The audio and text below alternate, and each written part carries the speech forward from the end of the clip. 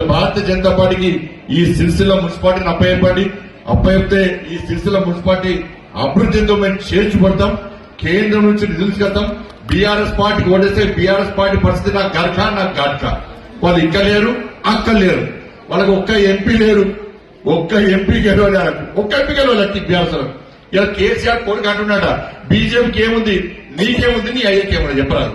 నీ అయ్య ఫావులు ఎవరు, నువ్వు తిరిగినా ఎవరు అడుచుకుంటలేదు. నేను ఒక్క ఎంపీ గెలవలేను, ఎమ్మెల్సీకి క్యాండిడేట్ దొరకలే. ఎమ్మెల్సీలో మనం గెలిచాం, ఒక 2 గెలిచాం ఎమ్మెల్సీ. బీఆర్ఎస్ లో క్యాండిడేట్ దొరకలే. బీఆర్ఎస్ లో ఒక్క ఎంపీ లేడు. 100 సీట్లు గెలుస్తామన్న కేసీఆర్ కొడుకు ఇలా ఏమైంది నీ పరిస్థితి?